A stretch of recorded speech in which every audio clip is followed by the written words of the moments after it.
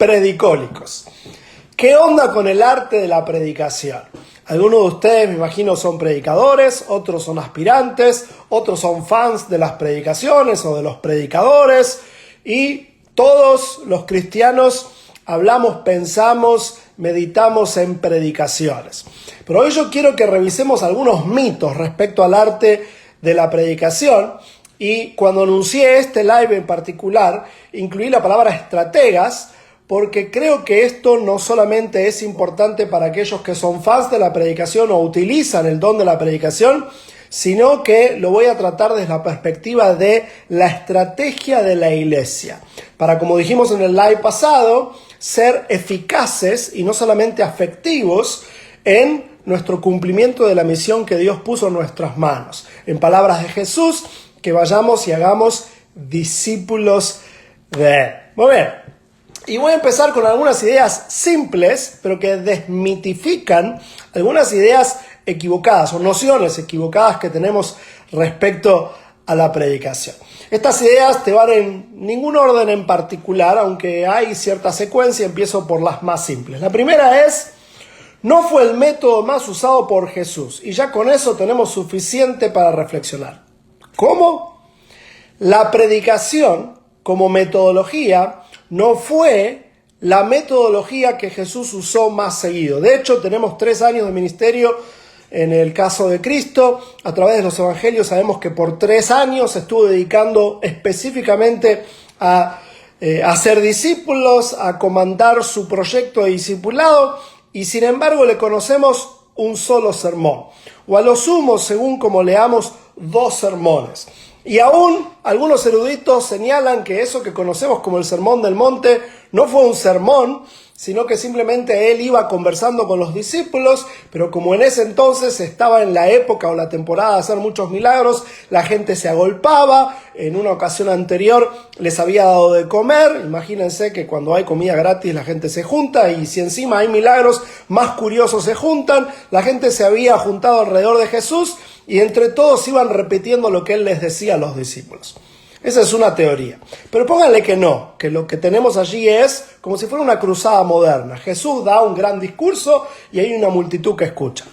¿Pero no te parece curioso que tenemos una sola escena así en medio de 3 años de ministerio? Si somos sinceros, deberíamos detenernos a meditar en por qué el evangelio, los evangelios, nos cuentan acerca del ministerio de Jesús y no le muestran dando discursos.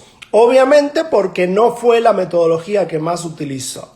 Sin embargo, aterricemos esto en nuestro presente, es la metodología que más usamos nosotros. Y ahí te va una segunda verdad que es tiempo de dejar en claro. La predicación, como un discurso de cierta cantidad de minutos en el que alguien comparte un monólogo, aunque esté enfatizando algo que viene de la palabra de Dios, es una metodología. De hecho, es fundamental que hagamos esta diferenciación. Una cosa es el mensaje, otra cosa es la predicación. A veces usamos estas 2 ideas o estas 2 nociones como si fueran sinónimas, pero no lo son. La predicación es un discurso y no es sagrada como metodología, si no Jesús lo hubiera usado todo el tiempo. Lo que es sagrado es el mensaje. A veces yo escucho hablar de predicación y se da a entender de que son 2 ideas sinónimas. Como que no hay que cambiar la predicación porque el mensaje es sagrado. Claro, el mensaje es sagrado, pero la predicación no lo es. La predicación es una metodología. Lo sagrado es el mensaje. Ponete un momento a pensar. Dios nos entrega un mensaje para compartir. Si lo compartimos cantando o escribiendo o hablando por 40 minutos, lo que estamos decidiendo es cuál es la metodología para compartir el mensaje. Lo vital es que compartamos el mensaje que el Señor nos dio. Podemos hacerlo hablando, podemos hacerlo escribiendo, como yo hago con los libros, o podemos hacerlo cantando, si alguien va a cantar por 40 minutos o 50 minutos, y si así va a ser fiel a compartir el mensaje. De hecho, hay otra metodología que es la actuación. ¿Por qué en nuestras iglesias no utilizamos más el recurso del teatro? ¿Es menos espiritual? Bueno, obviamente nuestro acercamiento afectivo a lo que hacemos nos enseñó, y repito para los que no estuvieron en el live pasado, Afectivo no es sinónimo de efectivo. Afectivo tiene que ver con nuestros afectos. Heredamos una misiología que nos enseñó que lo que es sagrado es el formato de dar un discurso de 40 minutos. O antes era de 50 minutos. O antes era de más de una hora y todavía lo sigue siendo en algunos rincones de la iglesia. Mis hermanos, lo que es sagrado no es lo que dura el discurso. Lo sagrado es el mensaje que debe venir del corazón de Dios, y como Dios no se contradice a sí mismo, debe partir de lo que Dios ya ha revelado en su palabra. Por eso un mensaje bíblico es aquel que le deja decir a la Biblia lo que la Biblia dice. Y de hecho eso me lleva a otra idea para decir. Para saber, ahí te va. Para saber si un mensaje es bíblico hay que comprender la Biblia. Porque como dije en el live de abibliamiento, no es lo mismo leer la Biblia que entender la Biblia. A veces la religión nos enseñó a recomendarle a la gente que lo importante es leer la Biblia. Y obviamente leer la Biblia es fundamental. Sin embargo, hay algo todavía más poderoso que leer la Biblia, y es entenderla. Porque hay gente que la lee continuamente y sin embargo no la entiende. ¿Por qué? Porque tiene un acercamiento literalista, porque no sabe hacer teología, porque no conoce referencias internas del texto, porque no sabe distinguir formatos literarios, porque cree que una descripción es una prescripción o que un poema es igual que una doctrina. Queridos, la Biblia utiliza distintos géneros literarios y tenemos que aprender a discernir qué género es este y qué género es este otro. O sea, no es lo mismo leer la Biblia que entender la Biblia. Y no es lo mismo citar la Biblia que compartir mensajes bíblicos. Así que repito esta idea también. Para saber si un mensaje es bíblico hay que comprender la Biblia. Porque si no comprendemos la Biblia, no tenemos herramientas para discernir si un mensaje es bíblico o no.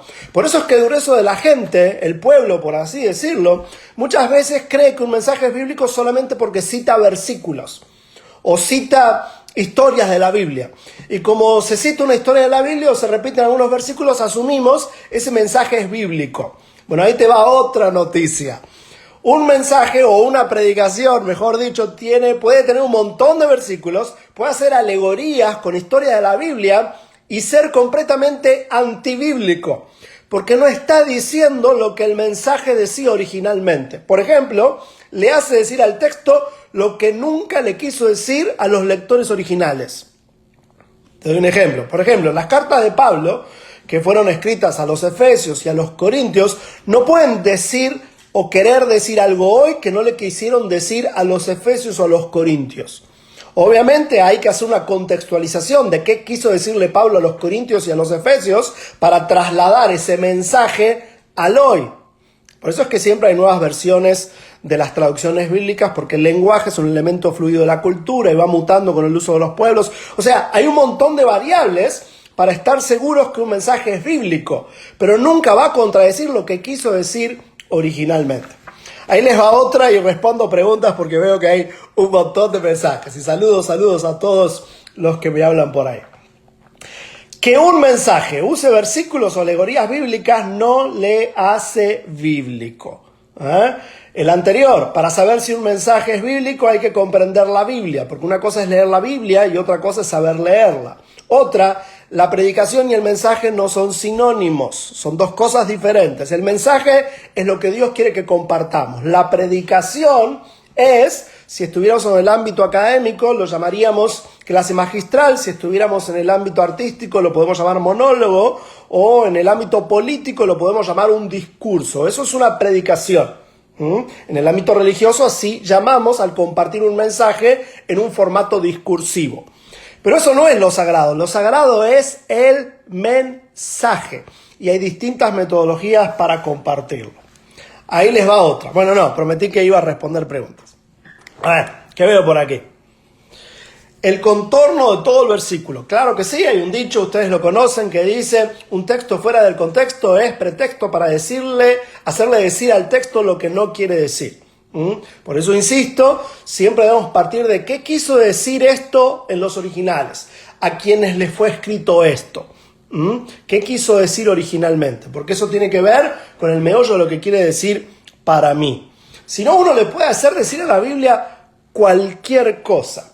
Te doy un ejemplo. El otro día estuvo dando vueltas la idea de que encerrarnos, la cuarentena tiene que ver con una agenda del faraón para que no podamos salir a predicar el evangelio, volver a los templos, cuando en realidad la misma alegoría se puede utilizar con el mismo texto o la misma historia para decir que el pueblo de Israel tuvo que encerrarse porque afuera estaba la plaga. Es la misma historia, pero uno puede agarrar un elemento de la historia o un versículo de un contexto y hacerle decir a la Biblia lo que no quiere decir originalmente. Por eso dijimos que un mensaje use versículos o alegorías bíblicas no lo hace bíblico. O bien, otra. ¿Cómo hacemos teología de la Biblia? Construyendo con prescripciones, con declaraciones y con textos que son doctrinales. No podemos utilizar un solo versículo para sostener una doctrina. Tiene que haber un sistema de versículos. La teología no se hace con versículos sueltos. Se hace construyendo desde el Antiguo hacia el Nuevo Testamento, con las cartas de Pablo, con los dichos de Jesús, con las historias del Antiguo Testamento. Por eso es que también hay que conocer referencias internas y a la vez ilustrarlas con referencias externas. Así se edifica teología, nunca con versículos sueltos. A ver, ¿qué opinas de los predicadores que solo hablan de desastres y profecías catastróficas? Que eso es más viejo que el planeta Tierra. Desde siempre se pronosticó que llega la peor era de la raza humana, que se vienen catástrofes. Eso ha pasado en toda la historia humana. Algunos de ustedes se acuerdan del Y2K, otros se acuerdan de las profecías del 2012. Y si vamos hacia atrás, cada ciertos años siempre tenemos nuevas profecías. Yo creo que, como Pablo le deja en claro a los tesalonicenses, lo que nosotros tenemos es una esperanza. Y tenemos que hablar del presente con una esperanza del futuro. Y obviamente sabemos que hay realidades negativas a nuestro alrededor, pero tenemos que concentrarnos en la esperanza que compartimos, porque aunque el mundo se descomponga, nosotros tenemos a Jesús y entonces siempre vivimos esperanzados. Sigo, a ver, ¿qué dice por acá? ¿Qué entiendes por la locura de la predicación en términos de la Reina Valera? El apóstol Pablo hace varias referencias a la locura, porque justamente para el mundo era una locura hablar de la gracia. El mundo siempre conoció a un Dios que castiga, a un Dios que retribuye. La ley del ojo por ojo y diente por diente, pero la gracia rompe con ese tipo de pensamiento y funcionamiento humano. La gracia interrumpe la retribución. Dios toma la iniciativa en amarnos y entonces nosotros le amamos a Él. Esa es una locura, ese es el Evangelio, esa es la gran noticia. De hecho, ese es el meollo de esta esperanza. No es solamente una esperanza por venir o por llegar, es una esperanza que ya llegó y estuvo entre nosotros. Nuestra esperanza tiene nombre, se llama Jesús. Es la expresión más completa de la gracia. Muy bien, sigo. Vamos con algunas otras ideas. Esta le va a sonar fuerte a alguno, pero ahí les va. Dios no le dicta mensajes ni al más ungido. Dejemos eso en claro. Dios no dicta mensajes. Dios inspira y Dios nos habla de manera personal, pero no podemos asumir que sus mensajes a nosotros tienen una aplicación universal. Porque en el momento que nuestras interpretaciones de lo que Dios nos dice a nosotros de manera personal las tratamos de convertir en mensajes universales, lo que estamos intentando utilizar es autoridad canónica. O sea, estamos intentando escribir el libro 67 de la Biblia. Y así nació el mormonismo, así nacieron los testigos de Jehová, y así han nacido un montón de sectas subevangélicas. Cuando alguien dice que tiene un mensaje de Dios para toda la iglesia, que no se adapta, sino que se adopta, y es para todos y en todo tiempo. Eso se llama lenguaje canónico, y es una herejía. Dios no dicta mensajes. Dios nos enseña, Dios nos revela, e involucra nuestra personalidad humana para compartir esos mensajes desde nuestra interpretación personal para otras personas. En el momento que damos a entender que Dios nos dicta un mensaje, Estamos entrando en terreno peligroso. Sigo, ahí les va. Para saber si el predicador tiene autoridad para decir lo que dice, hay que saber, número 1, qué estudió, cuáles son sus fuentes objetivas. Número 2, qué hizo, cuáles son sus fuentes experimentales. O sea, ¿hace eso de lo que habla? Porque cualquiera puede dar un lindo discurso, pero ¿tiene autoridad para decir lo que dice? Y tercero, ¿tiene fuente moral? Porque ¿cómo vive sin la cámara encendida? Cualquiera puede dar un lindo discurso con el don de la elocuencia. Cualquiera se puede aprender algunos dichos cristianos, así como hubo cantantes que pensábamos que le cantaban a un varón y luego descubrimos que le cantaban a una mujer. Cualquiera puede repetir palabras lindas y aún palabras bíblicas, pero ¿tiene autoridad para decir lo que está diciendo? ¿Qué estudió? ¿Qué hizo? ¿Tiene autoridad moral? Yo estoy seguro. Claro, yo puedo conformarme con evaluar su mensaje, pero para convertir a esa persona en una autoridad espiritual en mi vida, tengo que saber cómo vive. Y atención con algo. Lograr que otras personas te admiren se logra con los talentos cuando no te conocen. Pero si te conocen, eso se logra con el desarrollo del carácter. Es mucho más fácil que te admiren quienes no te conocen que quienes te conocen. Porque que te admiren quienes no te conocen demanda talentos, pero que te admiren quienes te conocen demanda autoridad moral. Por eso es que llegó la hora de desmitificar esto de la predicación. Yo no estoy hablando en contra de la predicación.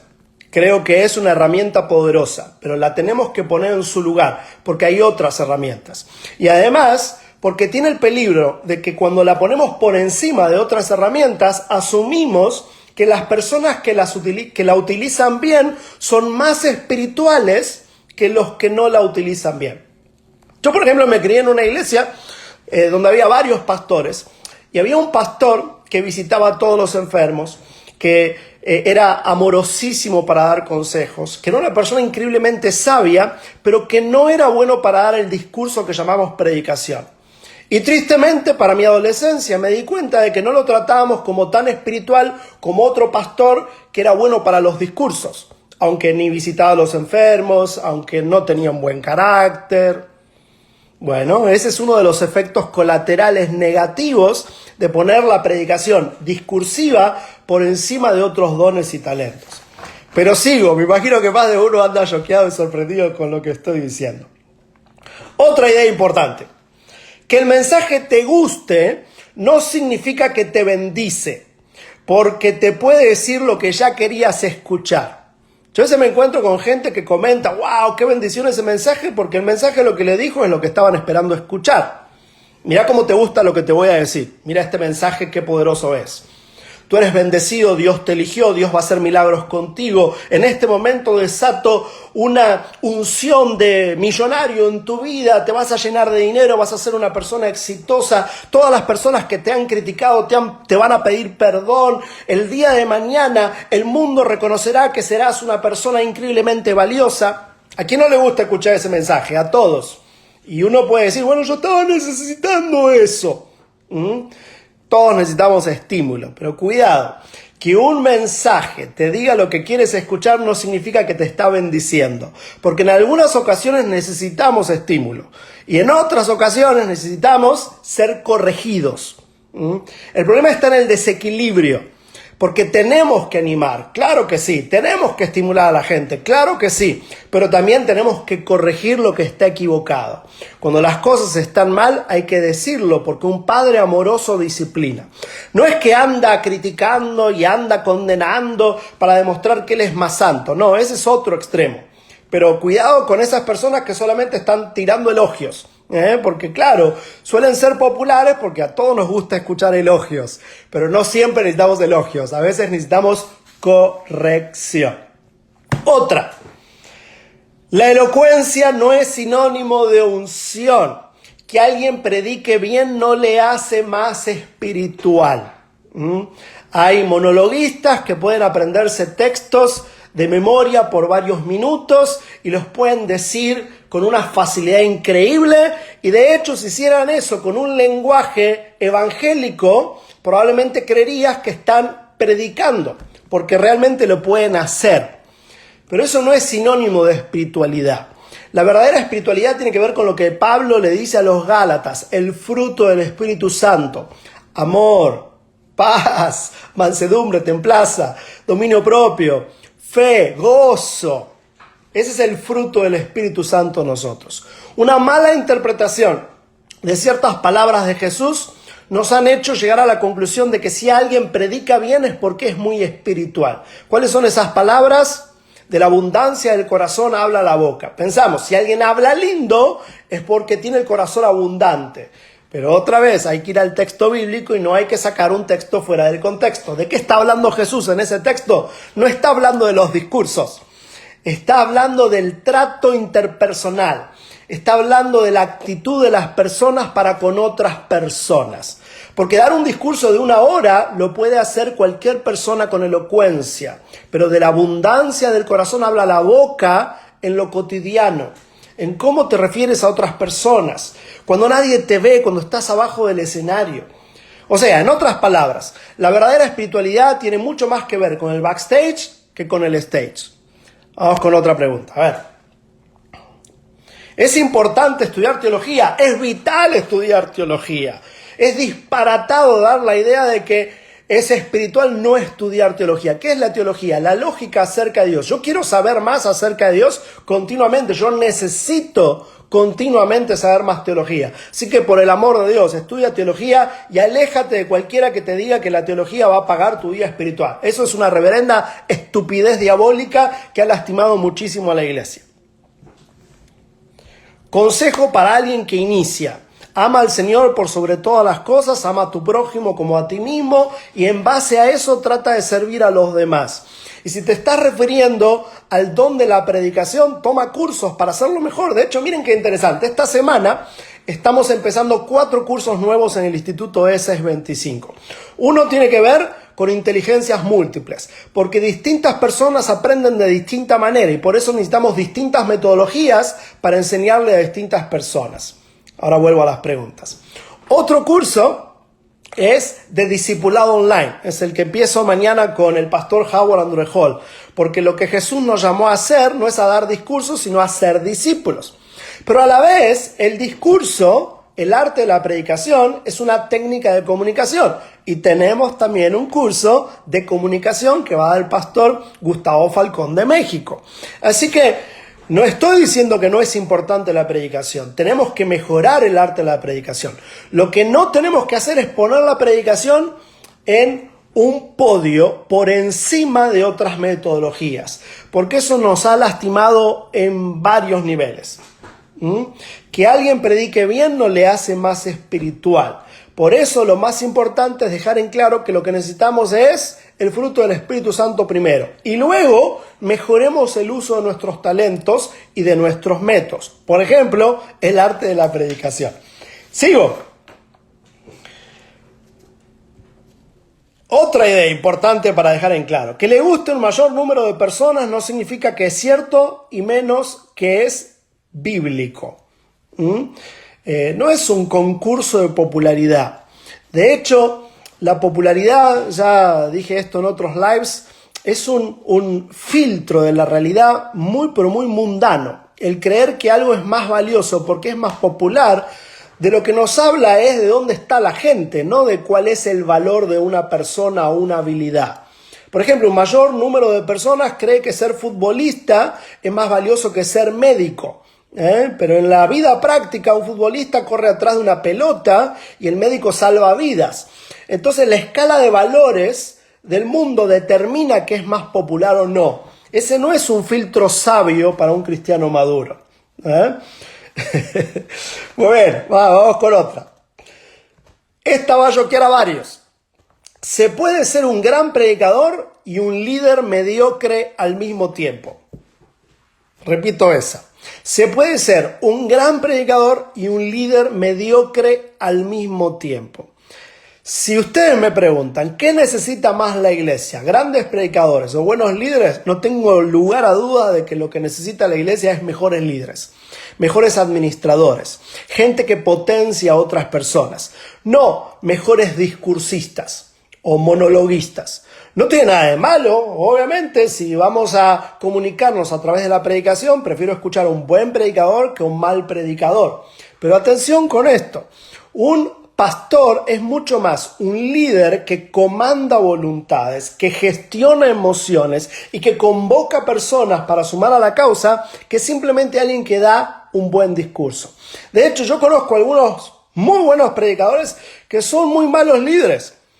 Y algunos excelentes líderes que no necesariamente son los mejores predicadores. Yo creo que los mejores líderes siempre aprenden a comunicarse mejor, pero no necesariamente ese es su rasgo más distintivo. Los mejores líderes saben ejercitar influencia, saben convocar voluntades, saben gestionar opiniones, saben utilizar distintas personas para distintas situaciones y saben leer los dones y talentos de las personas para ponerlas en el lugar adecuado para su desarrollo y a la vez el bien común. Así que cuidado con asumir que si alguien predica bien es porque es un buen líder. Son dos variables completamente diferentes. Una más. Que el predicador te diga que viene de Dios no significa que viene de Dios, significa que te dijo que viene de Dios y nada más. Que algo venga de Dios quiere decir que viene de su palabra. Por eso es que estamos por sacar al mercado un libro acerca de predicación que tiene que ver con la predicación expositiva del pastor Fermín Cuarto. Este libro yo creo que es urgente porque necesitamos que las predicaciones le dejen decir a la Biblia lo que ya dice y no que le hagan decir lo que no dice. Necesitamos explicar la palabra de Dios, exponer la palabra de Dios, ampliar la voluntad de Dios, aterrizar la palabra de Dios a las necesidades de las personas en un lenguaje que ellos puedan entender. Pero no se trata de que yo predico lo que se me da la gana para lograr lo que yo quiero lograr y me justifico con alegorías bíblicas o versículos sueltos. Uno le puede hacer decir a la Biblia lo que no dice. Que un predicador diga, y esto dice Dios, o Dios me dijo que te diga, eso no significa que el mensaje viene de Dios. El mensaje viene de Dios cuando no contradice su palabra y emerge de lo que Dios ya reveló. Otra pregunta. A ver.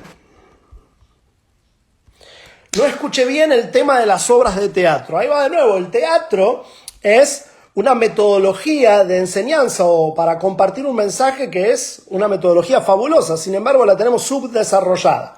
Así como tenemos sobredesarrollada la metodología del discurso, tenemos subdesarrollada la metodología de la actuación. O sea, lo importante, dijimos, es el mensaje. El mensaje es sagrado, el mensaje no debe cambiar. Pero ¿cómo compartimos ese mensaje? Bueno, algunas ideas. Lo podemos hacer hablando, lo podemos hacer cantando, lo podemos hacer escribiendo y lo podemos hacer actuando.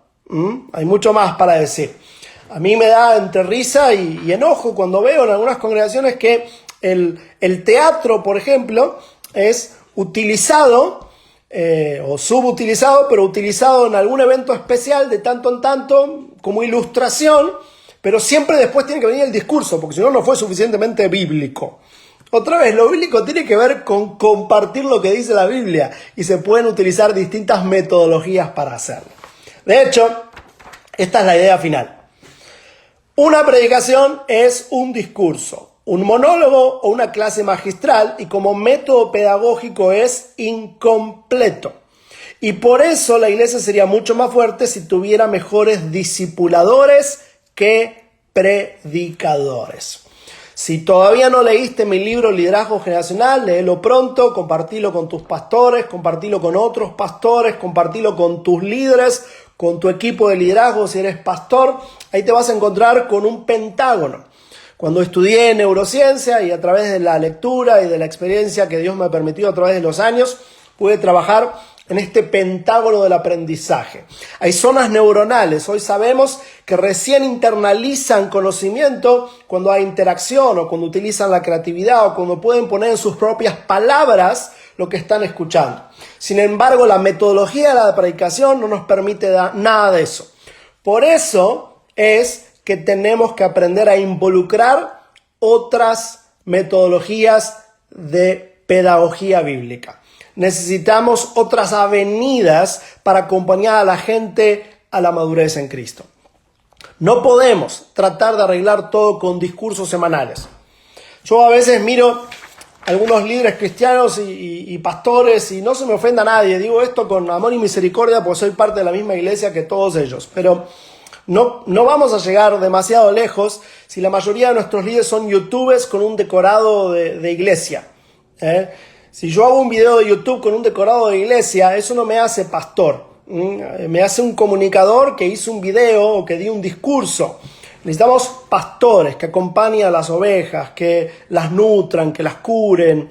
Y obviamente en una iglesia grande uno necesita distintos roles. Por eso es que siempre me parece sospechoso cuando en una congregación hay un solo super predicador y todo ronda alrededor de esa persona y nadie más habla porque es el que mejor comunica. Necesitamos iglesias fuertes.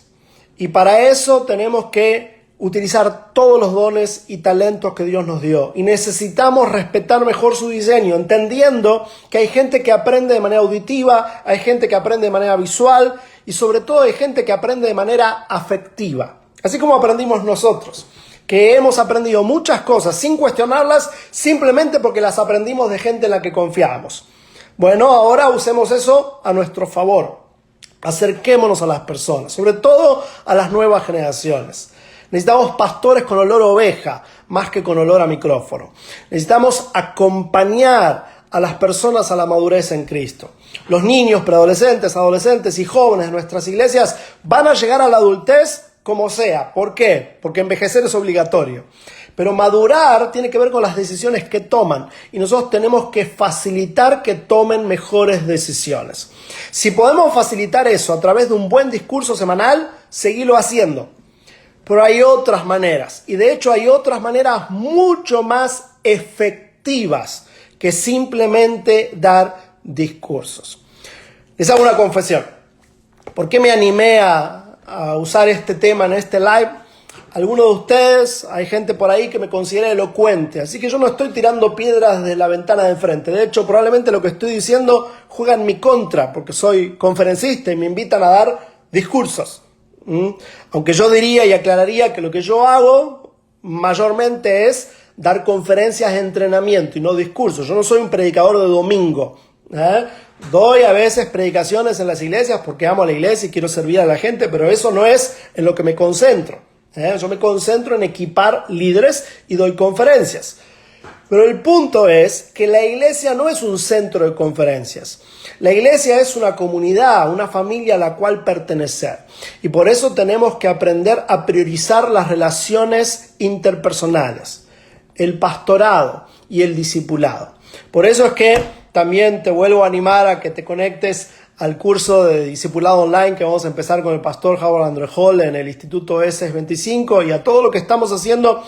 Porque lo que hace la iglesia no se reduce de mejorar las reuniones. Se trata de acompañar a las personas a la madurez en Cristo. Así que resumo lo que dije. La predicación como arte discursivo no es sinónimo del mensaje. El mensaje es sagrado. La metodología pedagógica no lo es. Podemos cambiarla. No es más espiritual predicar largo que predicar corto o dar un monólogo a que hablen muchas personas, a que haya teatro, involucremos canciones y videos. No, el punto sagrado es compartir el mensaje, compartir lo que Dios quiere que compartamos. Para que ese mensaje sea bíblico, no basta con decir versículos o citar historias de la Biblia. Tiene que ser fiel a lo que la Biblia ya dice. Eso que ya dice, que le quiso decir a los lectores originales, tenemos que aterrizarlo al hoy. Pero el meollo, el embrión de lo que dice hoy no puede ser distinto a lo que quiso decir originalmente. Así que no forcemos el texto para justificar nuestras agendas. Un mensaje es bíblico cuando se sujeta a lo que la Biblia ya dice. ¿Qué quiero decir? Necesitamos elaborar otras metodologías, porque el punto no es dar discursos, el punto es hacer discípulos de Jesús que crezcan conforme a la estatura de la plenitud de Cristo. Que el Señor les bendiga un montón. Vamos con todo, vamos que se puede. Chao.